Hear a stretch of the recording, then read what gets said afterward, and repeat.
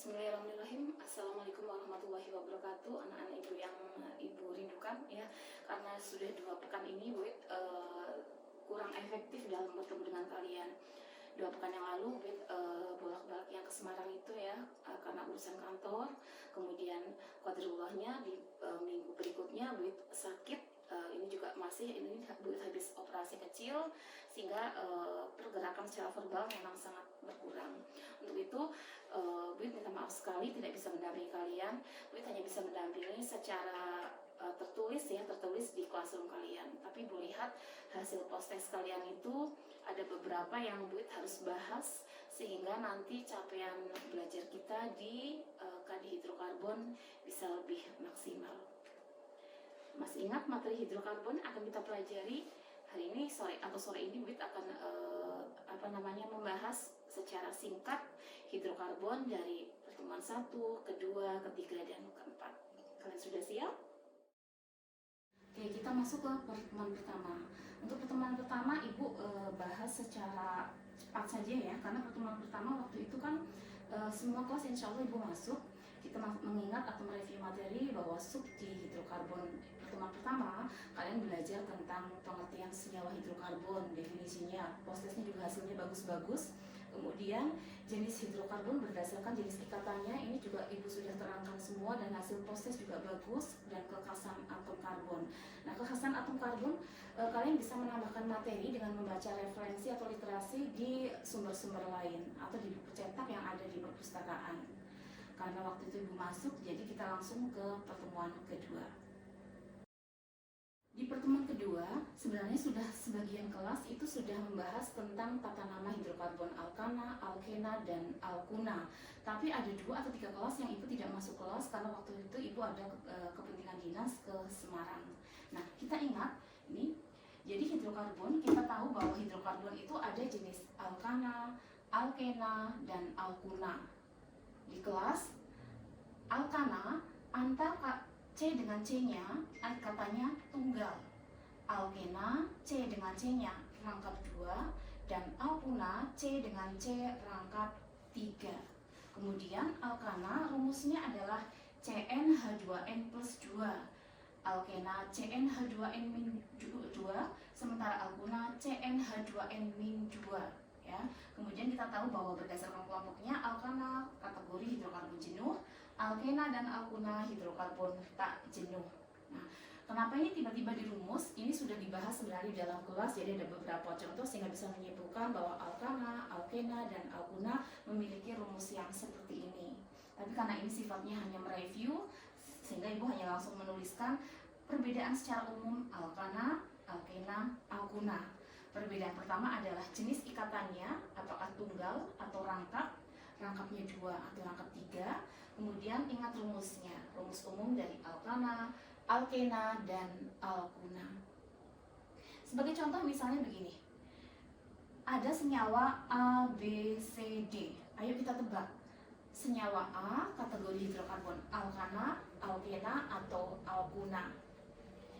C5H12, ketika C-nya 5, hanya 12, berarti jenis alkana, alkena, alkuna.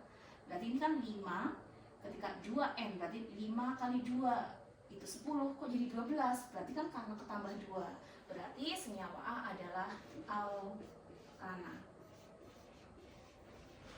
Kemudian C2H4, ketika C-nya 2, kok hanya 4? 2N, 2 kali 2, 4. Oh, berarti hanya CnH2n saja. Berarti dia kategorinya adalah alkena. Alkena. Kemudian C8H14. 8 kali 2, 16. Kok jadi 14? Ini berarti karena dikurang 2. Berarti dia alkuna. Alkuna. Bagaimana jika C7 hanya 14? C-nya 7 kok hanya 14? Berarti 7 kali 2, 14. Oh, berarti tidak diapa-apakan ya, hanya dikalikan 2 saja. Berarti ini jenisnya adalah alkena. Di dalam soal kalian akan menemui senyawa seperti ini. Mungkin pertanyaannya, jenisnya alkana, alkena, atau alkuna. Atau mungkin pertanyaannya, manakah senyawa A, B, C, D yang merupakan senyawa hidrokarbon jenuh? Kalau jenuh berarti yang mana? Kalau jenuh berarti alkana ya, berarti kita akan memilih kalau alkana berarti senyawa yang jenuh adalah yang A. Demikian, bisa dimengerti ya. Sekarang kita melanjut ke tata nama. Nah, sekarang kita memberi nama ya, memberi nama. Ini contohnya kita akan memberi nama yang alkana terlebih dahulu. Nah, bagi yang sudah pernah masuk ke kelas ya, ini mereview kembali. Bagi yang belum, mari kita pelajari.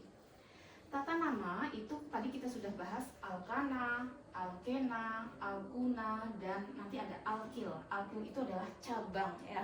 Jadi ada alkana, alkena, dan alkuna. Tetapi pada dasarnya ketiganya memiliki dasar tata nama yang sama. Asal kalian paham bagaimana tata nama alkana, maka alkena dan alkuna tinggal menyesuaikan. Sekarang kita bahas dulu alkana. Alkana memiliki ada 10 C ya, C1, C2, C3 sampai dengan C-nya 10. Ingat bahwa alkana rumusnya adalah CnH2n plus 2. Jika kalau C-nya 1, H-nya 4 karena CnH2n plus 2. Ya, ingat. Namanya kalau C-nya 1 namanya metana, etana, propana, butana, pentana, heksana, heptana, oktana, nonana, dan dekana. Bagi yang di kelas secara offline kemarin, ibu mengulang, kalian meminta mengucapkan berkali-kali sehingga hafal ya. Jadi runut dari C1 sampai dengan C10, atau ibu random juga kemarin di dalam kelas. Heksana, propana, metana, oktana di random sampai dengan hafal C1 sampai dengan C10. Nanti kalau alkena dan alkuna bagaimana? Menyesuaikan saja. Kalau metana berarti menjadi metena buat alkenanya dan metuna untuk alkunanya. Jika misalnya heksana, maka menjadi heksena, kemudian juga menjadi heksuna. Jika nonana menjadi nonana, nonena, nonuna, dan seterusnya. Hari ini kita pelajari dulu yang alkana ya. Memberi nama bagaimana? Langkah pertama ada tata namanya. Tata nama itu kalian sudah pelajari atau sudah baca di materi classroom topik yang ke pertemuan kedua ya, pertemuan kedua.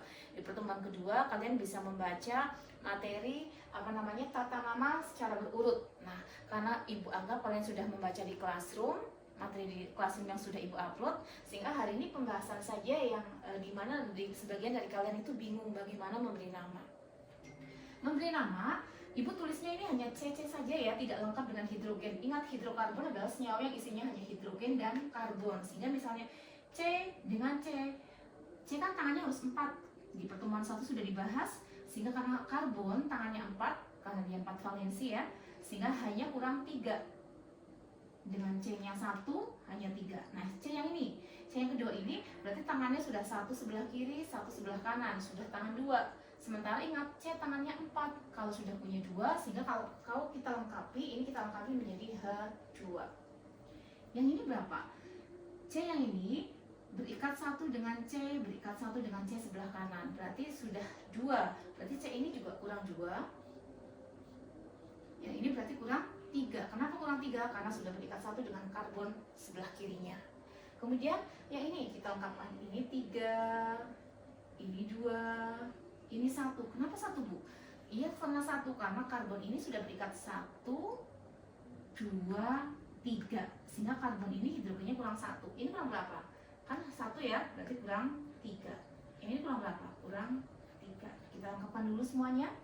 Ini kurang berapa? Kurang 3, kurang 2, kurang 2, ini kurang berapa? Itu 2, 3, berarti kurang 1 ya. Ini kurang 1, kurang 3, kurang 3, ini kurang 2, ini kurang 3. Pokoknya yang namanya karbon, karena dia golongan 4 ya, golongan 4 valensinya, nomor atomnya adalah 6, 2, 4 valensinya.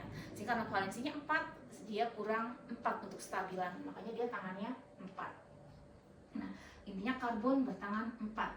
Karbon ini berarti tangannya kurang berapa? C dengan C sudah 1 ya, berarti kurang 3. Yang ini sudah kelengkapan. Kalau yang ini 1, 2, 3 berarti kurang 1, ini kurang 1, ini kurang 2, ini kurang 3, ini kurang 3. Karena pembahasannya cepat, kalau yang belum paham, nanti video ini kalian review, dipelankan. Kenapa Bu Wit menuliskan 2, 3, 1, dan sebagainya. Pokoknya harus diingat bahwa karbon harus bertangan 4 untuk memperoleh kestabilan oktet. Mari kita beri nama. Langkah pertama kita adalah menentukan rantai terpanjang. Rantai atau karbon yang paling panjang. Karena ini lurus, tidak ada belok-belok ya, berarti ya ini rantai utamanya. Rantai utama, maka akan saya tulis garis lurus. Saya katakan garis lurus. Yang nomor 2, 1, 2, 3, 4. 1, 2, 3, 4. Terpanjang jumlahnya 4. Ada alternatif lurus, ada alternatif belok. Maka yang lurus lebih prioritas. Berarti karbon ini kan bukan utama ya. Karena bukan utama, boleh dilingkarkan. Nah, hal yang dilingkarkan ini bukan utama. Ini yang utama, berarti ini bukan utama. Yang bukan utama dia disebut dengan alkil atau disebut dengan cabang. Nah, di dalam lingkaran ini karbonnya berapa? 1. Kalau 1 berarti namanya metil. Kalau C-nya 2 berarti namanya etana, jadi menjadi namanya etil. Kalau C-nya 3 propana, ini juga menjadi propil dan seterusnya. Nah, sekarang kita lihat lagi menentukan rantai utama di nomor 3.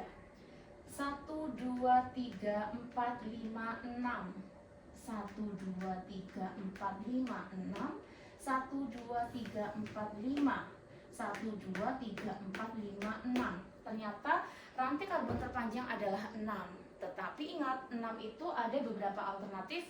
Kalau ada lurus dan belok, maka prioritasnya adalah yang lurus. Maka yang lurus ini kita anggap sebagai rantai utama. Ya. Kemudian selain rantai utama kita lingkarkan. Nah, ini kita lingkarkan. Ini kita lingkarkan. Kalau dilingkarkan apa artinya tadi? Iya, betul sekali. Kalau yang dilingkarkan artinya adalah cabang atau yang disebut dengan alkil. Dalam lingkaran ini ada berapa karbon di dalamnya? Oke, betul sekali, ada 2. 1, 2. Kalau C-nya 2 berarti namanya etana, maka alkilnya namanya etil ya. Kita kasih nama saja, ini namanya etil. Etil, nah yang ini namanya metil. Karena dalam lingkaran ini hanya 1. Ini dalam lingkaran ini isinya berapa? Hanya 1, berarti namanya metil. Ya. Kemudian yang nomor 4. Nomor 4 kita lihat rantai utamanya, kembali kita cari yang rantai paling panjang. 1, 2, 3, 4, 5. 1, 2, 3, 4, 5. 1, 2, 3, 4. 1, 2, 3, 4, 5, 6. Kok begitu Bu? Iya, ini C2H5 Bu tulis singkat. Kalau yang ini kan tadi dipanjangkan. C2H5, C-nya 2, H-nya juga 5, sama ya. Yang ini Bu panjangkan strukturnya, kalau ini disingkat. Tetapi pada intinya berarti dia sama. 1, 2, 3, 4, 5, 6. Berarti rantai utamanya ini. Nah, ini rantai utamanya. Nah, kemudian ini berarti alkil atau cabangnya. Oke, langkah pertama memberi nama adalah menentukan induk atau rantai utamanya. Yang kedua, menentukan anaknya atau cabangnya. Cabangnya siapa? Yang bukan induk, berarti ini yang kita lingkari. Yang kita lingkari metil, etil, metil. Ini metil. Ini dilingkari lagi berarti namanya metil. Kalau sudah, kemudian induknya sudah ada. Anak atau cabangnya sudah ketemu. Sekarang kita menentukan siapa yang menjadi patokan atau C1-nya. Siapa patokannya atau C1-nya. Nah, C1-nya ini kan tidak ada cabang, berarti seperti orang baca dari kiri, maka ini nomor 1, C nomor 1, ini nomor 1, nomor 2, nomor 3, nomor 4. Tapi karena lurus, maka dia dikatakan namanya normal. Karena lurus tidak ada cabang. Karena lurus dia disebut dengan normal. 4 ini namanya apa? Kalau 4, butana, berarti normal butana. Nah, kemudian nomor 2. Nomor 2 perhatikan, nomor 2 ada induk, ada cabang. Nah, nomor satunya kita dari mana? Nomor 1 ya, nomor satu adalah yang terdekat dengan cabang atau dengan alkilnya. 1, 2, 3 ketemu metil, 1, 2 sudah ketemu metil, berarti dekat kiri atau kanan?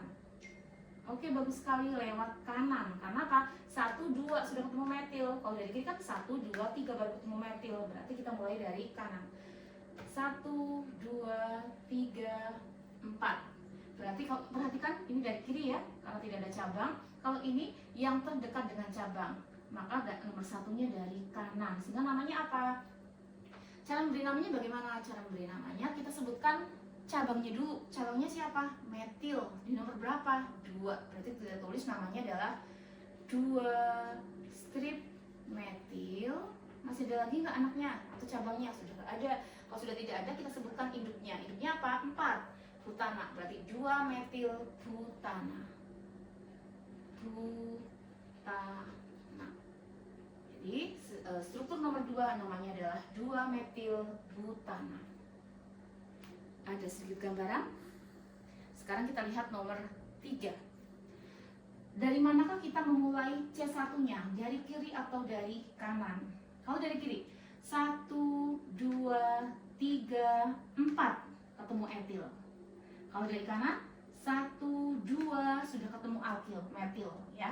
Berarti lebih dekat dari kanan. Berarti ini nomor 1, nomor 2, nomor 3, nomor 4, nomor 5, nomor 6. Nah, anaknya ada 2 nih cabangnya. Ada etil atau metil. Siapa yang disebutkan terlebih dahulu? Yang disebutkan sesuai huruf abjad. E atau M dulu. Sesuai huruf abjad kan E dulu. Berarti etil dulu yang disebutkan. Etilnya di nomor berapa? Nomor 3. Metilnya di nomor 2. Sehingga kita sebutkan namanya, nama anak-anaknya dulu, baru induknya.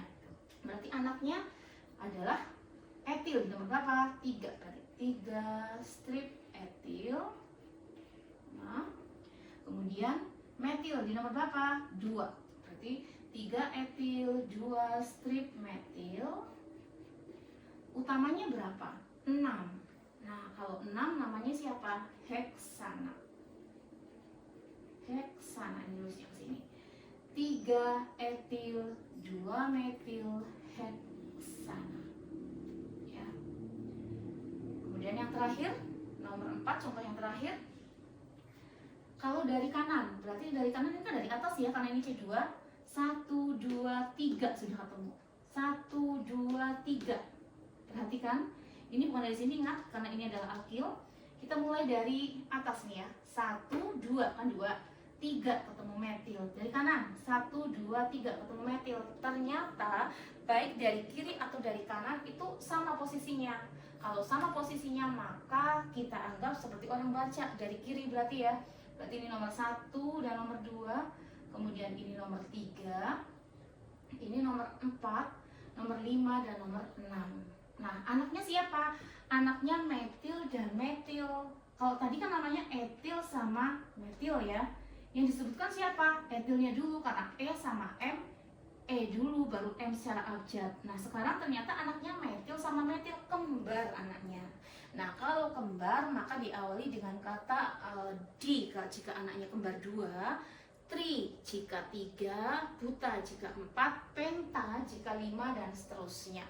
Ini kembarnya berapa? Kembarnya 2, karena 2 berarti dimetil. Diawali apa? Di ya, kata kita awali dengan di. Kenapa di? Dimetil. Kenapa diawali dengan kata dimetil? Di itu karena metilnya ada 2. Kembar 2 ya. Kalau kembarnya 3, trimetil. Nah, metil ini di nomor berapa saja? Kita lihat, berarti di nomor 3 dan nomor 4. Berarti 3,4 dimetil. Induknya berapa? 6. Kalau 6 berarti heksana. Heksana. Ibu ulangi lagi cara memberi tata nama alkana. Pertama, tentukan rantai induknya. Yang kedua, selain rantai induk, maka dia sebagai anak. Anak itu sama seperti alkana, hanya diganti il ya. Anak ini diganti il. Kalau C-nya hanya 1, metana menjadi metil. Kalau jumlah C-nya 2, namanya etana menjadi etil. Dan seterusnya. Nomor 3, nomor 1 tadi rantai induk ya. Nomor 2 menentukan anaknya. Yang nomor 3 menentukan siapa nomor satunya. Kalau sudah, cara memberi namanya, sebutkan dulu anak-anaknya. Nah misalnya nih kan ya, ini kan anaknya ada 2 nih, metil sama metil ya, disebutkan dulu anak-anaknya, dipastikan anaknya disebutkan dulu semuanya. Nah, anaknya di nomor berapa saja disebutkan, sebutkan angka-angkanya. Kalau sudah, terakhir baru disebutkan induknya. Nanti alkena dan alkuna juga seperti itu, hampir sama. Asal alkana kalian paham, nanti ena dan una akan sangat mudah. Bisa dimengerti kah? Sekarang kita lanjutkan materi yang berikutnya adalah tata nama alkena dan alkuna. Seperti Bu tadi sampaikan, kalau alkena dan alkuna itu hampir sama dengan alkana ya.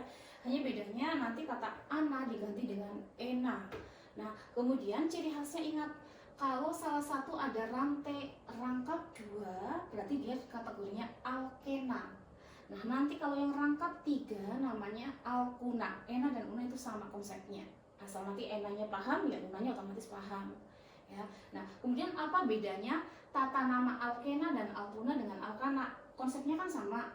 Bedanya adalah nanti pada ena dan una, C1-nya itu bukan yang terdekat dengan alkil, tetapi yang terdekat dengan ena atau unanya.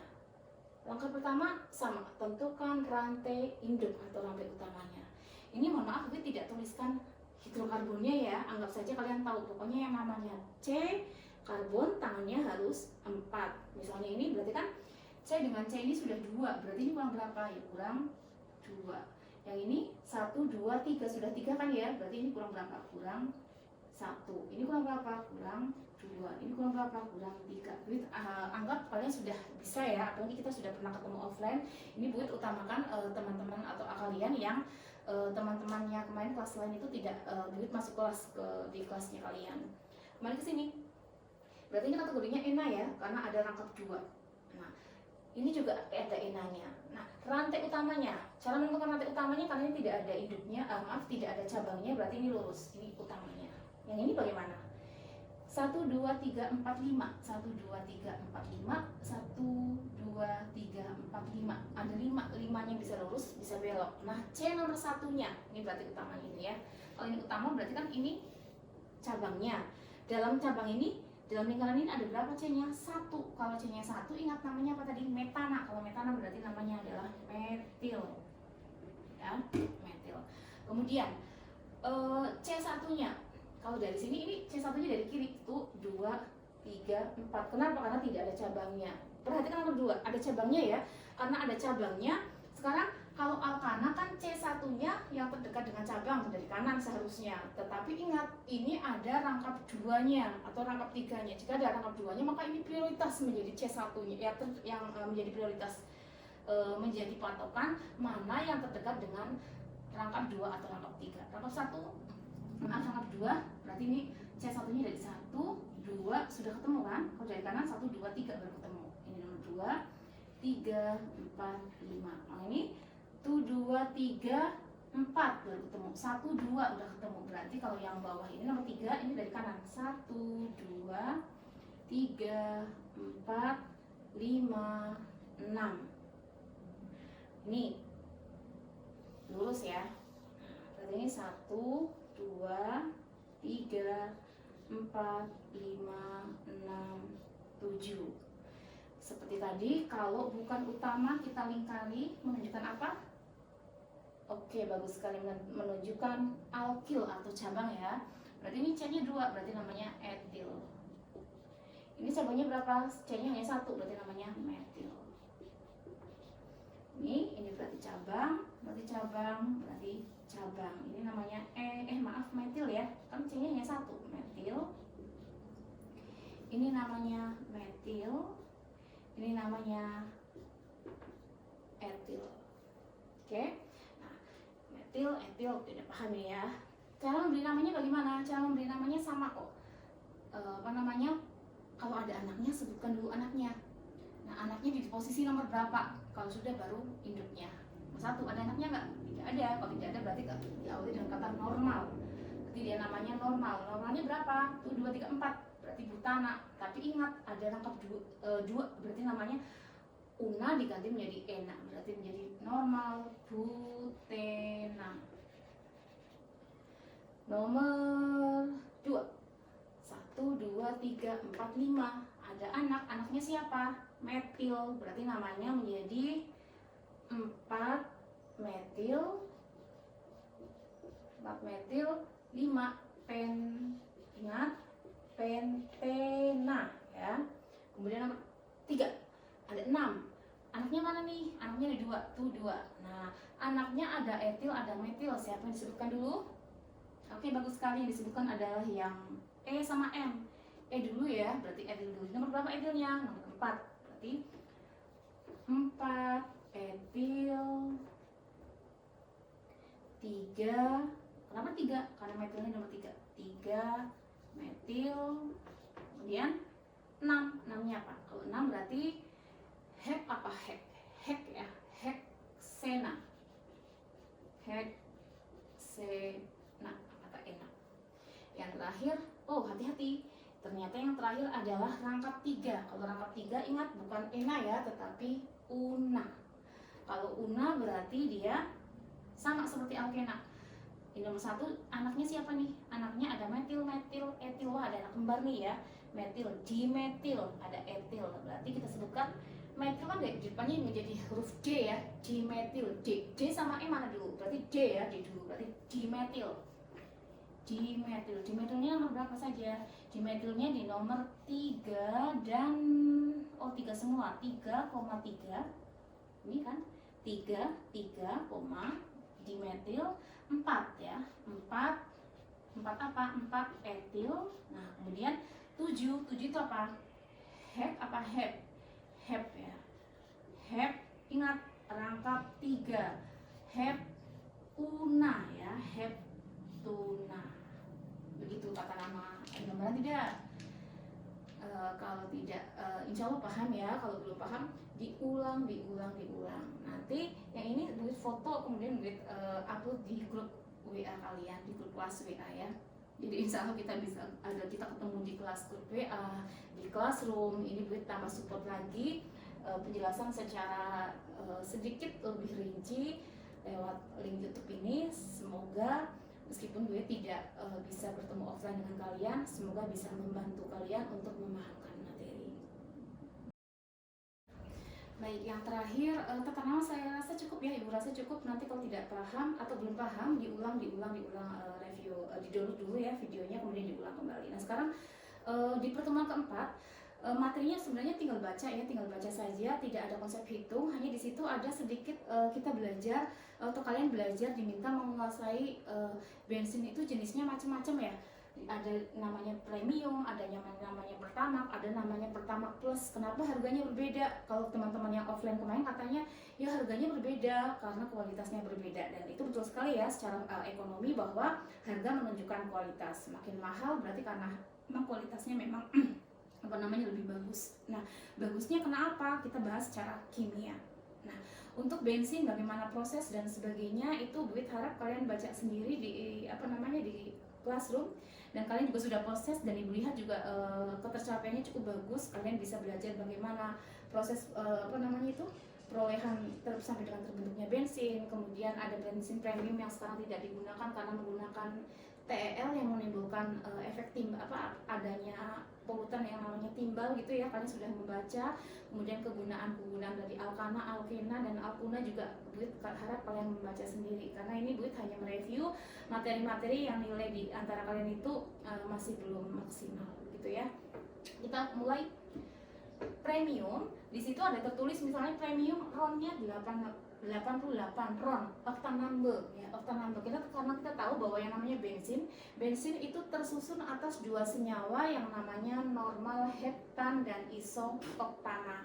Di materi disebutkan bahwa kualitas mutu bensin ditentukan oleh efek Tuk atau knocking effect ya. Knocking effect itu ditimbulkan karena kalau orang otomotif itu mengatakan suara ketukan karena pembakaran yang tidak sempurna ya, tidak sempurna. Nah, ini antara normal dan isooktan, ketika rantainya lurus maka dia memerlukan titik didih yang tinggi gitu ya. Tapi ketika sudah rantainya bercabang, dia ketika digunakan untuk mematik kerja mesin, dia tidak memerlukan waktu yang energinya itu lebih efektif gitu ya, energi lebih efektif, sehingga isooktan itu diharapkan lebih dominan terhadap normal heptan.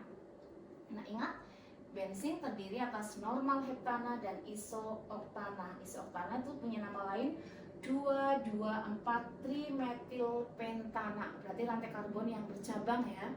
Nah, kemudian kalau di pasaran itu ada premium, ada pertamax plus. Kalau premium, angka oktannya 88, pertamax 92, dan pertamax plus 95. Sehingga kalau kita beli memang harga pertamax plus itu paling mahal.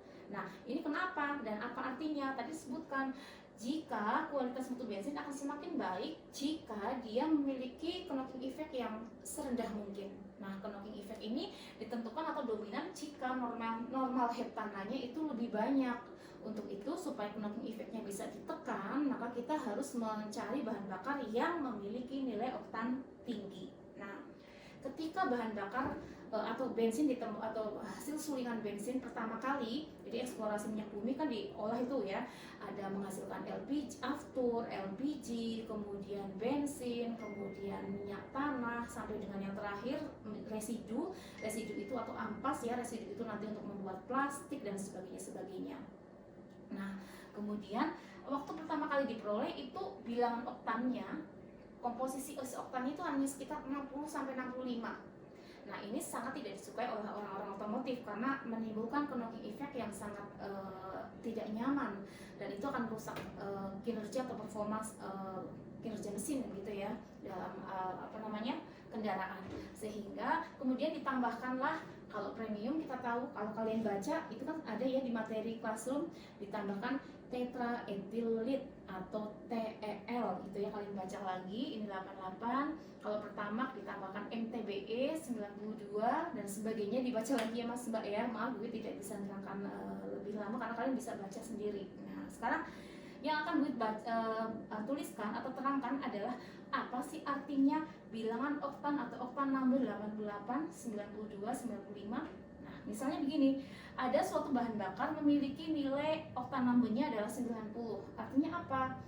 Kalau 90, namanya juga oktan number, berarti oktannya yang 90. Nah, ini.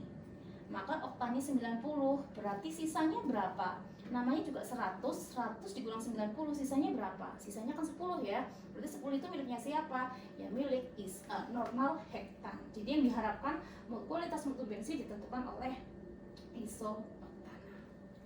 Begitu ada gambaran Mas Mbak. Maaf sekali Bu tidak bisa merangkai lebih jauh karena memang kemarin kan habis operasi dagu sini ya. Nih, jadi memang belum boleh pergerakan ngomong secara verbal itu belum diperbolehkan terlalu banyak. Jadi Bu memang lebih banyak, kalau Bu sudah aktivitas secara fisik sudah bisa kerja apa saja sudah bisa, tapi berusaha meminimalkan obrolan secara verbal karena supaya jahitannya bisa cepat pulih gitu ya, bisa cepat rapat, pulih. Sehingga mohon maaf ini karena masih efek jahitan, jadi Bu kalau ngomong kok Bu nggak kayak biasanya gitu ya. Kalau ngomong atau Bu kalau senyum atau lagi ketawa itu memang masih menceng gitu ya, masih belum simetris bibirnya karena itu tadi, karena efek operasi kemarin. Pokoknya Bu mohon maaf sekali, terutama atas kekurangan Bu, utamanya Bu tidak bisa menerangkan di semua kelas pada materi hidrokarbon. Tetapi insya Allah dengan kalian membaca materi yang ada di classroom, beberapa penjelasan di WA, meskipun hanya gambar-gambar saja, bisa sedikit gambaran kalian, dan semoga yang kalian lihat di channel YouTube ini bisa makin memahamkan materi hidrokarbon. Begitu Mas Mbak, sekali lagi mohon maaf atas segala keterbatasan. Jangan lupa tetap semangat menjaga semangat paginya dan tetap jaga prokes. Saya akhiri. Assalamualaikum warahmatullahi wabarakatuh.